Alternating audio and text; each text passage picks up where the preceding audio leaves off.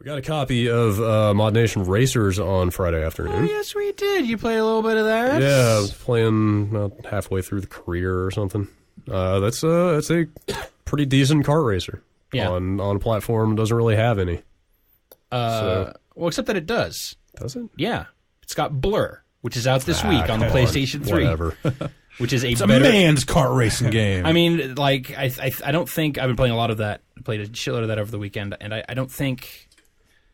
I think it's pretty ballsy of Activision, the campaign they've taken with Blur of directly calling out Mario Kart and saying, like, yo, we're like that, but better. It's definitely cheeky, yeah. And, I think it helps their cause because I don't think that game, it's not apparent what that game is just from, like, looking at it. So saying, or even just, like, their powered-up racer, like, their tagline for it. But being able to just say, it's basically a kart racer. Yeah, but those marketing efforts are kind of misdirected because that's not the people who are going to want that game. I think that there are a lot of people that grew up playing Mario Kart that don't necessarily want to. Okay, as someone who grew up enjoying Mario Kart that never wants to play another Mario Kart game again, I think that there's something to the tactic of saying, like, this is like that, you know, but for real. For you, absolutely. But people who want a QC kart racer are not going they're not going to enjoy it. They're not going to pass up Mod Nation Racers this week just to get Blur. Right. I would agree with you. Oh, yeah, absolutely. But I don't think that's who those ads are targeted at all. Yeah. But Blur's pretty good.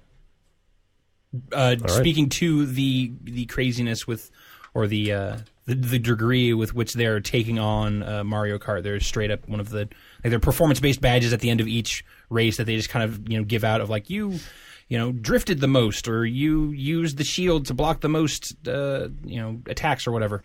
And they have one for using the shunt, which is like the big red orb that like homes in on enemies and flies out in front of you. And for using that the most, you get the Crimson Carapace badge, and it looks like a top-down view of a turtle shell.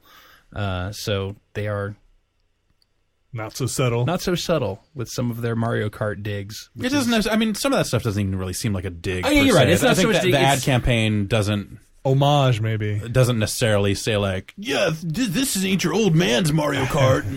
They're not really trying to play that card. I think it's more just, it feels like they're referencing it to get the point across that that's what this game is. It doesn't look like that, but it's not Wipeout. It is pick up a power-up, use it in a very Mario Kart-like way.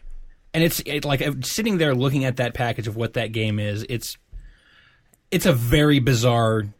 It's a very bizarre creation. Might be a reason for that. Is it? You got it. I don't know. What are you guys getting at? Like, the room just got all excited. What? I don't know. What? Didn't you just say it's very bizarre? Yeah. You're saying it's a bizarre creation? I'd say that, yeah. Yeah, okay. Why? What? Anyways. It's just a weird word to use, man. What? No, it is. It's a bizarre creation. It's bizarre. It's a bizarre combination of like bizarre combinations. That's a different. It's because it is a kart racer. It is like, power up based, right? But they still have these. Like, they still went about making this game the way Bizarre Creations would. Now I get like what you guys are. Okay. Now I understand. But it's like they started going about it the way that they would normally do, like whatever.